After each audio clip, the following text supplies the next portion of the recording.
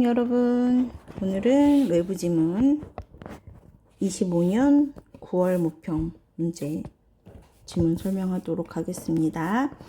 나눠드린 프린트에 뒷정리되어 있는데 그 부분은 한번 쭉 읽어봐 주시고 본문하고 나중에 해설이 끝나고 나면 1대1 비교하면서 복습할 때 활용해 주세요. 자, 그러면 1문단부터 나가 보도록 하겠습니다. 요거 과학기술 지문이고요. 전문적인 용어가 많이 나와요. 용어에 새로운 용어가 나온다거나 그러면 부담 갖지 마시고 용어의 개념 정리는 본문에도 나와요. 그래서 읽으면서 문단의 용어 정리를 하는 게 매우 중요하다. 자, 그러면 들어가 보도록 할게요. 1문단. 소리, 특히 음악을 저장하는 방법은 축음기에서 시작하여 매체의 발명과 발맞춰 많은 발전을 이루었다. 축음기의 원리는 간단하다. 자, 여기 보시면, 자, 여기 좀 괄호되어 있는 문장 볼게요. 자, 끝부분에 날카로운 바늘을 장착한 원뿔형 나팔을 준비한다. 바늘 아래에 섬세하게 긁히는 회전판을 대고 나팔의 소리를 들려준다. 소리는 나팔의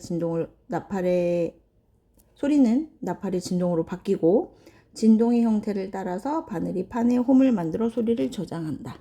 자, 요 얘기는 앞에 나왔던 축음기의 원리이고 뒤에 지금 괄호친 부분이 축이 말 그대로 저축한다는 뜻이잖아요. 그래서 축음기가 소리를 잡아놓는 방법을 설명하고 있다. 사실 여기 축음기가 그렇게 중요한 개념은 아니지만 앞에 1문단에서는 상세하게 설명하고 있으니까 이걸 보시면 되고, 이것이 초기 녹음기의 원리이다. 그러니까 아주 초창기의 형태라는 거죠. 소리를 아날로그 형태로 저장하였고, 자 보세요. 축음기는 소리를 아날로그 형태로 저장했어요. 이후에 등장한 매체에서도 한동안 소리를 아날로그 형태로 기록하였다. 자, 그러니까 소리를 저장하는 방식, 그렇죠? 소리 저장 방법, 그 중에 대표적인 예가 축음기고요. 자, 소리 저장하는 방법, 그리고 여기 이게 변화했다. 근데 보면 이후에 등장한 매체에서도 한동안 소리를 아날로그 형태, 자, 이 아날로그라는 물리적인 형태로 상당히 오랫동안 기록했고 지금 현재는 다른데 변화한 그 이후의 내용은 사실 이 이후에 등장한 또 다른 아날로그 형태의 소리 저장은 중요하지 않아. 왜? 이 글에서 설명하고 싶은 내용은 제목에서처럼 이제 디지털로 변환한 이후가 궁금한 거죠. 그래서 이 문단부터는 디지털 오디오 신호, 우리가 지금 사용하고 있는 거죠. 가볼게요. 현재는 소리를 디지털 신호, 자 보세요. 디지털 신호라고 표현했어요. 근데 얘를 다시 한번 설명해줘. 이진수로 이루어진 오디오 신호. 디지털 신호는 요거를 얘기하는 거야. 뒤에서 이렇게 꾸며주는 역할을 하죠. 자, 디지털 신호란 이런 거다. 지금 단어 뜻을 설명하고 있으니까 이게 이제 개념 정의지만 정의의 정확한 형태는 아니에요. 단어 뜻을 설명하고 있지만 뒤에 개념을 설명한다. 이렇게 봐주시고, 자, 거기 보면 디지털 신호를 소리를 디지털, 앞에서도 소리였죠. 소리를 디지털 신호로 바꾸어 파일로 저장한다. 자, 파일로 저장한대요. 아까 아날로그 형태로 저장한다고 했는데 홈 틈새를 만들어 가지고 저장했는데 과거와 현재를 비교하는, 잠깐만 여기 내용 정리하고 갑시다. 자, 여기 밑에 파란색 설명 보시면 과거에는 소리를 아날로그 형태로 기록했지만 현재는 디지털 신호로 파일로 저장한다. 요거 각각의 특징을 물어보는 문제로 내용 확인할 수 있다. 한 파일 내의 오디오 신호에는 모든 소리 크기의 균일한 개수의 비트가 할당된다. 자, 여기 보면 오디오 신호라고 표현했어요. 그러니까 이게 지금 아까 이미 얘기한 디지털 오디오 신호가 되겠죠. 그렇지? 오디오 신호. 자, 이 오디오 신호에는 소리 크기의 균일한 개수의 비트가 할당된대. 일반적으로 각 소리 크기의 16비트를 할당하며 소리 크기에 따라 16자리의 이진수 값을 달리한다. 자, 모든 소리 크기에 균일한 개수의 비트가 할당되고, 지금 단어 뜻이니까 할당은 나눠 놓는다는 뜻이니까, 그러니까 이걸 그 몫의 각자의 소리 크기마다 다 값이 있는 거야. 자, 일반적으로 그 소리 크기 16비트. 자, 일반적인, 지금 우리 사이즈 그 소리 크긴 나오진 않았지만, 일반적인 경우에 어떻게 돼 있대요? 각 소리 크기마다 16비트를 할당했다. 자, 여기 봐주세요. 자, 일반적 소리 크기는 16비트. 소리 크기에 따라. 자, 소리 크기에 따라 이제 16자리의 이진수 값을 달리한다. 16자리. 자, 그 다음에 각 소리 크기에 할당되는 비트의 개수가 늘면 소리는 아날로그 원음에 가까워진다. 즉, 여기 관계가 나오죠? 할당되는 비트의 개수가 늘면, 증가하면, 자, 소리는 아날로그 원음에 가까워진대요. 그리고 소리가 더 좋아진다는 거야. 원래 소리대로라니까. 그러니까 요거 밑에 상세 설명 볼게요. 비트의 개수가 늘어난다는 것은 소리를 더 정밀하게 표현할 수 있다. 더 디테일하게 값을 더 많이 설명 정보를 넣을 수 있으니까 원래의 아날로그 소리와 유사하다로 해석할 수 있다는 거죠. 자, 그런데 오디오 파일을 저장하거나 네트워크를 통해 전송하기엔 데이터의 양이 많다. 자, 장점이 비트 수가 많아지면 소리는 좋아지지만 단점도 있네. 자, 파일을 저장하거나 전송하기에는 양이 많아. 즉, 디지털 신호들은 서로 저장해놓고 복사도 하고 또 멀리 있는 사람에게 보내주기도 하는데 저장과 전송이 불편한 거야. 그쵸? 자, 그러면 뭔가 해결 방법이 있어야 되잖아. 그쵸? 그래서 이것이 뒤에 나오는 따라서 이후의 내용과 연결이 된다. 따라서 너무 크네? 그럼 어떻게? 저장 공간을 아끼고 전송이 가능하도록 오디오 신호를 압축할 필요가 있다. 정리해보면 여기서 하고 싶은 얘기는 오디오 신호 압축의 필요성이고 그 압축이 이유입니다. 그렇죠? 오디오 신호를 왜 압축해야 돼? 저장 공간을 아끼고 전송 가능하도록. 그렇죠? 그래서 지금 두 번째 문단은 디지털 오디오 신호의 특징과 압축의 필요성이에요. 내용 정리가 되어 있죠. 자, 여기서 앞에 특징을 설명한 이유가 있어. 디지털 오디오 신호가 비트를 각각 할당한다고 했고 이게 원음에 가까운 게 우리 보통 그렇잖아. 뭐 영상도 그렇고 소리도 그렇고 음악도 그렇고 음질이 너무 떨어지거나 화질이 너무 떨어지면 보기 불편해. 그렇죠? 그래서 고화질, 뭐 4K 우리 이런 거 막 찾고 있잖아. 그런데 좋은 음질은 용량이 너무 크네. 그러니까 압축해야지로 연결되는 거죠. 자, 3문단 가볼게요. 일반적으로 오디오 신호 압축에는 지각 부호화를 이용한다. 자, 이 글에 가장 중요했던 개념들 제목에도 달려있죠. 뭐가 나왔어요? 지각 부호화가 이제 나왔어요. 사실 하고 싶은 얘기가 이제 여기서부터 가는 거지. 핵심어 요거예요. 글 전체의 핵심어. 지각 부호화. 자, 이걸 하기 위해서 여지껏 빌드업 해온 거야. 오디오 신호를 압축하기 위해서 이용하는 방법이 지각 부호화. 자, 지각 부호화라는 얘기 나왔는데 지금 개념이 처음 나왔으니까 단어 뜻이 어렵겠죠. 사람들이 못 알아들어. 자, 그럼 설명만 쓰는 의미가 없으니까 개념 정리하고 가겠죠. 지각 부호화는 청각 특성에 따라 감도가 낮은 소리를 제거하여 오디오 신호를 압축하는 기술이다. 여기 정의 썼어요. 설명문에 많이 쓰죠? 즉, 사람이 들을 수 있는 음역대가 정해져 있어. 인간이.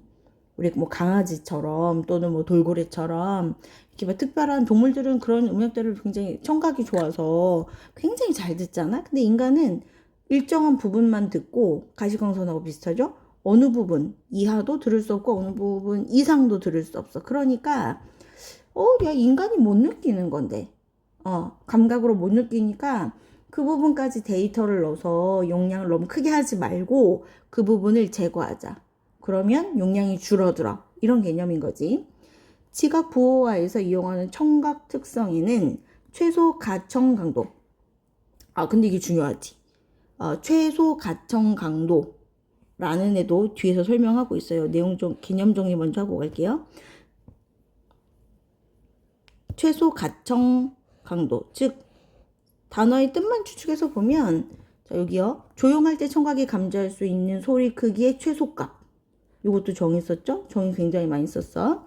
여기 보면 지각 부호화를 설명하기 위해서는 두 가지 개념이 필요한데 이게 그 청각의 특성, 그죠? 지각 부호화에 이용하는 청각의 특성은 최소 가청 강도 and 차폐. 차폐 많이 들어봤죠? 요즘 뭐 이어폰이나 헤드폰 같은 데 많이 쓰는 개념이지. 노이즈 캔슬링. 그쵸? 자, 근데 최소 가청 강도가 조용할 때 청각이 감지할 수 있는 소리의 최소값. 그러니까 쉽게 얘기하면 인간이 조용할 때 소리를 더 잘 들을 수 있잖아요. 그 조용할 때 들을 수 있는 가장 작은 소리의 값. 이거보다 작으면 들을 수 없어요. 그쵸? 그 설명 바로 나오죠?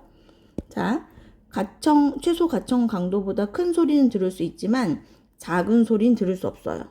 그러니까 최소 가청 강도보다 낮은 오디오 신호는 제거해도 된다는 얘기죠. 그치? 못 들으니까. 자, 그리고 최소 가청 강도는 주파수별로 크기가 정해져 있다. 자, 최소 가청 강도는 주파수별로 크기가 정해져 있대요. 자, 주파수에 따라서 크기가 달라져. 예를 들어 자, 여기 이렇게 얘기하면 최소 주파수별로 크기가 정해져 있어요. 그랬을 때 야, 그 무슨 얘기하는 거야? 잘 이해가 안 되는 독자들을 위해서 예를 들어주는 거죠. 지금 예시 사용하고 있어요. 자, 예시 뒤를 가보자. 1000Hz부터 10,000Hz 사이에서는 아주 작은 소리도 들을 수 있지만 자, 보세요. 1000Hz부터 10,000Hz 사이에서의 소리. 그렇죠? 잠깐만 여기까지 하자. 여기까지가 이게 최소 가청 강도죠. 그렇지만 100 이하의 저음에서 훨씬 큰 소리여야 들을 수 있다. 100Hz 이하의 저음에서는 훨씬 큰 소리여야 들을 수 있대. 즉 인간이 훨씬 들을 수 있는 이제 쉽게 들을 수 있는 주파수 때마다 1000Hz부터 10,000Hz 사이에서는 가청 강도가 작아도 들을 수 있지만 100Hz 이하의 저음에서는 가청 강도가 세야 된다는 거지. 그렇죠? 주파수대별로 여기 체크하고 갈게요. 주파수별로 크기가 다르다. 자, 요게 자, 3문단에 지각 부호화에서 이용하는 청각 특성. 특히 여기 보면 최소 가청 강도를 중심으로 설명했어요. 여기 3문단. 자, 그러면 아까 최소 가청 강도만 주로 설명했고 설명하지 못한 두 번째 특성 차폐 설명해야겠죠? 미안.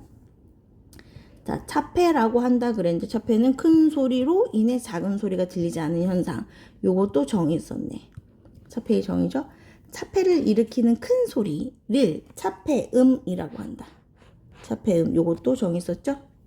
즉 큰 소리로 인해서 작은 소리가 묻혀. 그러니까 차폐음이 있으면 자잘한 주변의 소음들 묻힐 수 있겠죠. 자, 두 소리 주파수가 가까울수록 차폐가 쉽게 일어나고 자, 두 소리 주파수가 가까울수록 차폐가 잘 일어난대. 한쪽이 안 들리는 거지. 주파수가 어느 정도 차이가 나면 차폐가 일어나지 않는다. 너무 차이가 크면 차폐 적용이 안 되는 거죠. 차폐음의 주파수를 기준으로 차폐가 일어날 수 있는 가장 낮은 주파수와 자, 차폐음의 주파수를 기준으로 해요. 잠깐만 이거 다른 게 체크해 드릴게요. 기준점은 자, 차폐음의 주파수 그리고 차폐가 일어날 수 있는 가장 낮은 주파수와 너무 많이 갔다 미안. 가장 낮은 주파수와 가장 높은 주파수 그 사이의 구간을 자, 이것도 단어 뜻이죠? 임계대역. 이것도 정의 썼어요. 그러니까 여기서부터 여기까지가 임계대역이라는 용어의 개념 정의가 되겠다. 임계대역의 폭은 차폐 음의 주파수에 따라 다른데, 자, 임계대역의 폭이라고 표현했어. 잠깐, 네. 차폐가 가능한 범위를 임계대역이라고 쉽게 얘기하는 건데, 그 임계대역의 폭이 차폐음의 주파수에 따라 다르대요. 아까 우리 지금 뭐 1000Hz, 1000Hz, 100Hz 이하 뭐 이런 얘기가 나왔었지, 그치? 고음에서는 저음에서보다 임계대역이 훨씬 넓다. 자, 고음에서는 아까 주파수가 커야 구분 가능하지만 저음에서는 미세한 주파수 사이도 구분한다. 왜냐면 이건 차폐잖아, 그쵸? 아까 자, 여기요. 고음에서는 저음에서보다 임계대역이 훨씬 넓다. 임계대역이라는 건 이게 소리가 상쇄되는 거잖아. 안 들리는 구간인 거죠. 차폐가 가능한 대역이니까. 근데 요거 상세 설명 보고 갈게요. 고음에서는 주파수 차이가 커야 구분이 가능하고 저음에서는 미세한 주파수 사이도 구분이 가능하다는 얘기로 재해석할 수 있다. 그죠? 차폐를 고려한 실제 청각이 감지할 수 있는 소리 크기의 최소값을 차폐 문턱값이라 한다. 자, 용어가 하나 더 나왔네. 개념이 엄청 많이 나왔어요. 차폐 문턱값. 사실 여기 빨간 설명 빼면 여기서부터 여기까지가 차폐 문턱값이다. 정의가 여기 나온 거예요. 개념 정의가 지금 몇 가지 나왔냐면 자, 핵심어는 차폐였는데 차폐 하나 나왔죠. 그 다음에 차폐음 나왔죠. 그리고 임계대역 나왔고 마지막으로 차폐 문턱값까지 나왔어요. 이 중에서 제일 중요한 개념은 차폐야. 차폐가 기준이 돼서 나머지 것들을 활용하는 개념인데 용어가 좀 많긴 많습니다. 근데 이게 비문학이어서 굳이 암기가 필요 없어요. 지문에 있어. 지문을 활용해서 문제를 보시면 됩니다. 이게 용어가 뜻이 헷갈린다 그러면 지문 언제든 다시 확인해서 문제 풀 수 있다는 거야. 차폐를 고려한 실제 청각이 감지할 수 있는 소리 크기의 최소값. 요게 차폐 문턱값. 그러니까 차폐라는 현상이 우리가 뭐 지금은 노이즈 캔슬링 이런 뭐 기계에도 응용해서 쓰지만 사실은 일상생활에서도 차폐가 일어나죠. 그치? 근데 이걸 지각 부호화에서 주로 활용한대요. 자, 요거는 오문단 갑시다.